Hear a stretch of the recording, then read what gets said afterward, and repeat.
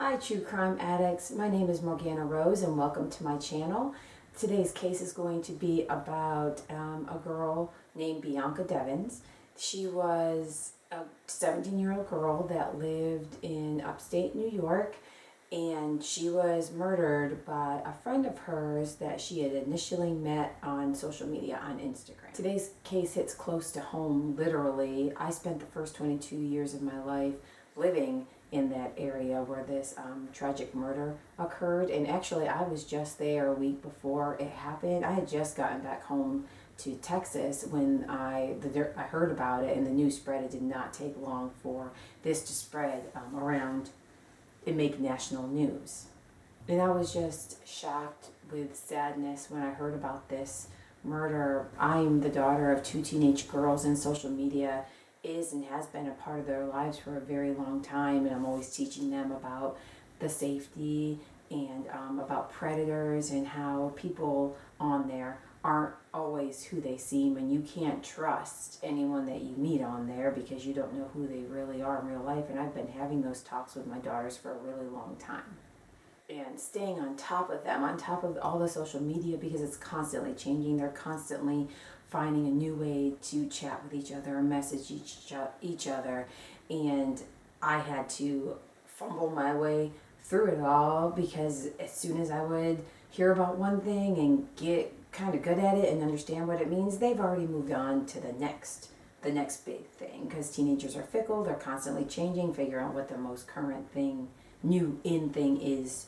to use. So anytime I would finally learn about something, they're like, Mom, no one uses that anymore. And so I'd have to be, what are you using now? And then learn something new. And they're trying to figure out who they are, find out where they fit in, and that's where this story begins. Bianca Devins was a 17-year-old girl who was born October 2nd of 2001. She lived in a city called Utica. It's a small city called Utica, and it's about, it's right in the middle of the state. If you're looking at New York State, it's smack dab in the middle. It's about 45 minutes east of Syracuse and about an hour west of Albany, right in the middle of the state. And she had a sister that 2 years younger than her, named Olivia. She just adored her baby sister, and she lived with her mom and close friends of her mom's. So she had a really big extended family, a really big support system that lived with her. Her dad, when her parents had separated, that was back in 2015, and he hasn't really been much in her life, a part of her life, since he left. And she was a very talented artist. I was reading different things about her personality, like there was a boy that was being bullied in one of her classes, and she befriended him. She helped organize a walkout after the Parkland shooting. She loved brownies, she loved kittens, she loved taking care of kids, she loved children, and she had spent one time she spent hours counseling another girl that she had never met. She met her on online, but she had never met her in person, and she helped her battle her struggles with mental health. And that was because she could relate to this. She was someone who also struggled with mental health in her life. Her mental health struggles started when she entered middle school, which was like adolescents, and her mom said that she just lost interest in everything. She was taken to many therapists, but they just couldn't figure out how to help her. So she attended a private school, and once her parents separated, that wasn't affordable anymore. So she went to the public high school. It was called Proctor High School in Utica, New York. And she entered there in the 9th grade. And here's some of the demographics about that area. The area has a lot of Italians, so everyone is shorter, like 5'4" and under, long brown hair, kind of a darker complexion. And she was the opposite. She was very tall and very slim and very pale skin, so she had trouble fitting in there, what she felt like. And this is when her mom said that she really began to struggle with her mental illness. And then she actually reached a point where she was no longer able or interested in going to public high school anymore. So her mom decided to enroll her in homebound classes. And so, and a therapist had diagnosed her at this time with post-traumatic stress disorder. And then in 2018, she was officially diagnosed with BPD, which is borderline personality disorder. Now, this is an illness that's categorized by emotional instability, negative self-image, impulsive behavior, and a fear of abandonment. And since she was in the homebound program now, she was home all day, and she became more fully immersed in that online world. And she was involved in many different social media sites and had many different personas that she created that fit into each online community. And that's one of the things that draws everybody to them, because you can be who you want to be. You can be someone different online than you are in real life. And that's a draw to teenagers as well as adults too. And she was like a chameleon that way. She could fit into whichever community she was on at the minute. And I know some of the ones that she was involved in. I'm familiar with them, and I use them, like Snapchat and Instagram. I know those. And then there's some that I've heard of before. I'm not too familiar with them, but some that she used, like Tumblr and Discord. I know about them, but it's not anything I use. And she was involved in one that I had never heard of before. It's called 4chan. It's 4, the number 4, CHAN. And I have never heard of it. I had no idea it existed. But since it plays a big role in her story, I felt I needed to research it to learn more about it, to make sense of what this community really is. So her identity on 4chan was Oxy, Oxy, and that's the one where she was most known on. She had a big presence on this website. Now, 4chan is an anonymous image board community, and I said, I didn't even know what that means. And so there's no registration. Everyone is anonymous, and from all that I can understand, that means that it's an anything goes type of forum. It was created in 2003 by a 15-year-old boy, and he no longer runs it. It's changed hands several times, but that's where it first started. And this site is broken up into different threads, different communities, and like it ranges from anime to political views to gaming to the best way to roast coffee beans. And since you're not required to make an account, you can pretty much get away with saying or doing anything, and there's not any real threat of accountability on this site. And so this also means that you can message anyone else unless they give you some kind of identifying factor, unless they like someone allows you to have, say, a real email, a real name, or a real contact. Otherwise, there's no way to know who each other is. So 4chan is actually known for things that I have heard of, like the LOL cats and the cat memes. And I've seen those before. I just had no idea that most of them actually originated on 4chan. And then there's something else that I heard of several years back called Rickrolling, and that was where someone sends a link to somebody, and it actually, that link directs you to that I'm Never Gonna Give You Up video by Rick Astley, and then that was called, oh hey, you've been Rickrolled. So I have heard of that before. I just did not know it started on that place, 4chan. And that's kind of harmless fun. And those cat memes are funny. I laugh at them. And then there's the darker side of cyberbullying. And one of the earliest cases of cyberbullying is about a girl named Genessee Slaughter. And she was sent death threats by 4chan members. And from what I read, once something starts, the following on 4chan is huge. And so the death threats were just nonstop. Everyone jumps on board on this, and then they all attacked her with cyberbullying. And Genessee Slaughter later made multiple suicide attempts. And then there was another one that was on Twitter. It was called #CutForBieber. And then this one was directed at all the younger girls that were all Justin Bieber followers. And it was saying, like, if you really love him, you'll cut yourself. And that would show you and demonstrate your love, how much you love Justin Bieber. So things like that. And I guess to those people who do that, they see it as some kind of game. They see how much their bullying can get people to do what they're telling them to do.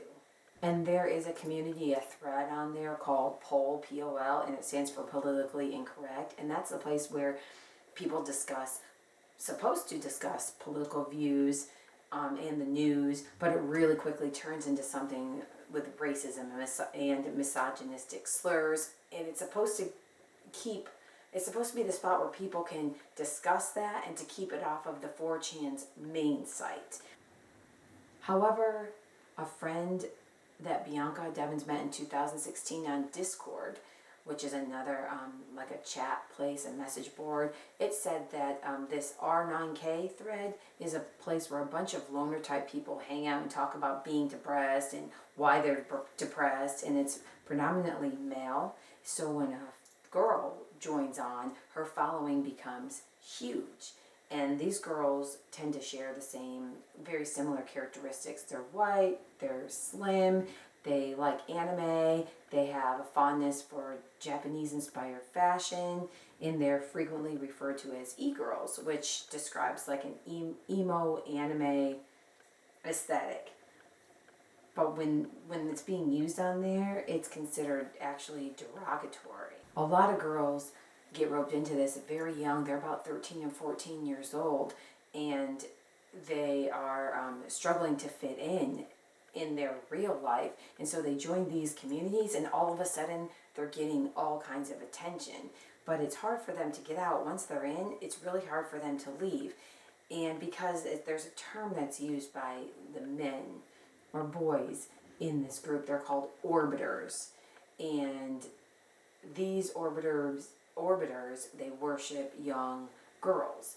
They know that they're young. They're fully aware of this. And it's gross. To me, I was just grossed out by this because I picture them like predators. Like these are the vultures that are these young girls join, and there's so few of them, and they know they're only 13 and 14 years old, and they become prey.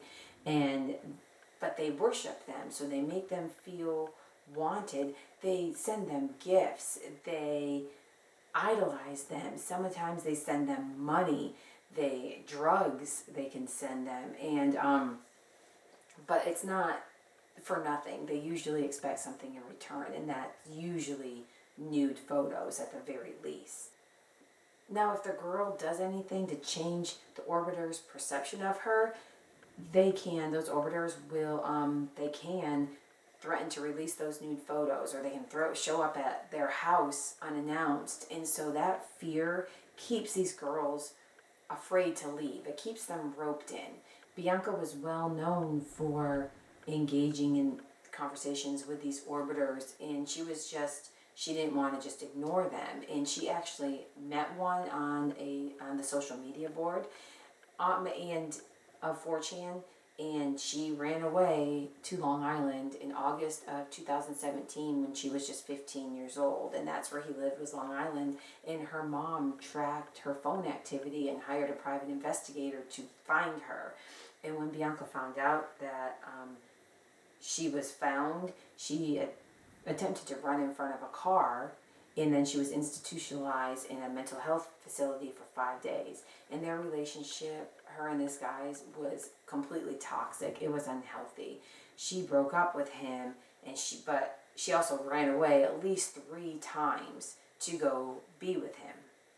And he claimed that she did this because she was lonely and she didn't have anyone else at the time. So she repeatedly ran away to be with him. And she spent more time in facilities to help her mental health problems. In fact, in 2018, she spent most of her time in a residential facility away from her family. And she finally found a counselor that she really liked, and they started a new therapy that was aimed at reducing the suicidal ideation and then those destructive behaviors, and it really seemed to be working for her. And in February of 2019, she returned home, and not just home, she went back to her high school, and she graduated. So she was happier. She was posting happier things on her Instagram. She was doing better. She was looking forward to starting college in the fall. She was going to go to the local college called Mohawk Valley Community College, and she wanted to major in psychology. She had plans to go there. It's a 2-year college, and then go to New York City, to a college in New York City, to further her degree. She began reconnecting with her old friends. She was optimistic about her future. She was just back to a healthier version of herself. Now, in the spring of 2019, while Bianca was doing much better, she met someone on Instagram named Brandon Clark. And he was 21 years old, and he was from Syracuse. And like I said earlier, Syracuse is only about 45 minutes away. And he was into gaming, he was into anime, he was also into fitness. He also had a violent and traumatic past. When he was 12 years old, his father had held his mom hostage by knife because he was accusing her of cheating on him. And so he was arrested, and then later on his mom was arrested. So Brandon, from that point, grew up in the foster care system. And he was upfront and honest about this. Bianca knew about it, and Bianca's mom knew about it. And so he didn't hide that part of his past. Now, Bianca was upfront with him as well as her mom, and made it clear he was just a friend. He was not a boyfriend, that he was just a friend. Brandon did refer to her as her boyfriend, but she would correct him when he would do this. She was looking forward to going to college. She wasn't interested in being in a relationship right now. She had future goals for herself. She asked her mom if she could go to a concert in Queens to go see Nicole Dollanganger, and this was going to be her very first concert she went to alone without her mom, and her mom said yes. She had met Brandon, and she said, yes, you can go to this concert. And Clark was supposed to drop her off home right after the concert, so it would be sometime in the middle of the night. And since Queens was about 4.5 hours away, it would be really, really early in the morning, 2:30 or even later in the morning. And so, and instead of her mom and her sister Olivia waking up in the morning to hear all about Bianca's concert from the night before, she was instead woken up by the police knocking on her door on July 14th, really early in the morning. The Utica police showed up at the house because they believed that Brandon had hurt Bianca, and so they were there to check on her. And so friends and family came over while they were waiting for word of what was going on, because obviously Bianca wasn't at the house, when Olivia, Bianca's sister, got a direct message that contained a photo. And so this photo was a picture of the murder of Bianca, and that picture made its way into their house before the body was even identified. At 6:03, a picture was put up on Discord, which, like I said, was a messaging and a chat message board app. And then an hour later, at 7:21, calls flew in to the Utica Police Department from all over the country saying that there was a disturbing picture of Bianca Devins put up on social media. It's been put up on Discord. And then at 7:30, a call came in to the 911 dispatcher from Brandon, and he told them where he was located, which was a dead-end street called Post Street in Utica. And he said he committed a murder-suicide, but he needed to hang up so he could do the suicide part of it. And so police arrived just a few minutes later to find Brandon lying on top of a tarp, and he was holding a knife to his throat, and he proceeded to cut his throat. And the police said, "Where's Bianca?" Kept asking where Bianca was, and he said, "Where do you think she is?" And he was laying on top of her. They could see that her hair was peeking out from underneath the tarp. Over the next few hours, Bianca's friends started to piece together to figure out what happened. They started to put the pieces of the puzzle together. They figured out that Brandon and Bianca met up with a third person at this concert named Alex, and he was a part of their online community. And at some point, Brandon walked away, and when he returned, he witnessed Alex and Bianca kissing. And so I read that they got into an argument, and at some point, he had a knife, and he made a decision to kill her, and he also made the decision to make it public. As heartbreaking and shocking and devastating as this case is, so the social media involvement took it to a completely different, disgusting, unnecessary, and unforgivable level. This image that Brandon took was blasted all over Instagram and Discord. And then for weeks, you couldn't put a search in for her name, Bianca Devins, without that picture coming up. It took ridiculously long for these images to be removed. Her family and friends, they repeatedly reported this image, and it took so long for it to actually come down. And I know once you put something on the internet, you take a screenshot of it. I mean, it's there forever. Once it's on the internet, it's there forever. Someone has a picture of it, and it just kept resurfacing. And then, but I feel like, and so does the family and many other people, the social media, they weren't doing their part to keep it off of social media. It took hours for it to simply come off of Brandon's Instagram account. These social media sites just weren't doing enough. They weren't doing their part to protect this girl. And Bianca, she struggled with mental illness almost her whole life. And it takes enormous bravery and courage and strength, and you can't help but admire how hard she worked to have a positive a positive outlook on her life. And she was even planning on helping others because of her struggle. That's what she wanted to do as her future. She could relate to them. She would have been an awesome counselor, an awesome therapist, whichever route she decided to go, because she would have been someone that teenagers would have found relatable. She was a fighter. She was getting stronger every day. She would have been able to build a bond with these people. They would have, with those teenagers, she would have been someone that they could trust. And it's heartbreaking. It's so sad, a life lost so young. There were a lot of rumors that were spread about this relationship. A lot of it was saying that this was a stalker and a stranger, a stalker, but this wasn't true. These were false. This Brandon, he had been to their house just 2 weeks before the murder. He came to her graduation party. She just graduated high school. He came to the party. He met her family. He had been to her house several times. He met her friends. This was someone that her mom trusted to take her daughter to her very first concert by herself, 4.5 hours away, and she trusted him to return her home safely. A judge has set Brandon's trial to start on February 24th, so a month from now is when his trial will start. And I will be updating and making a new video as information comes out about his trial and the outcome of his trial. This was a hard video to do, but I felt like this was an important story to share because social media is so much a part of everyone's life right now, and especially teenagers, and that attraction to portray someone different from who you are and someone different than who you are in real life is hard for teenagers to resist.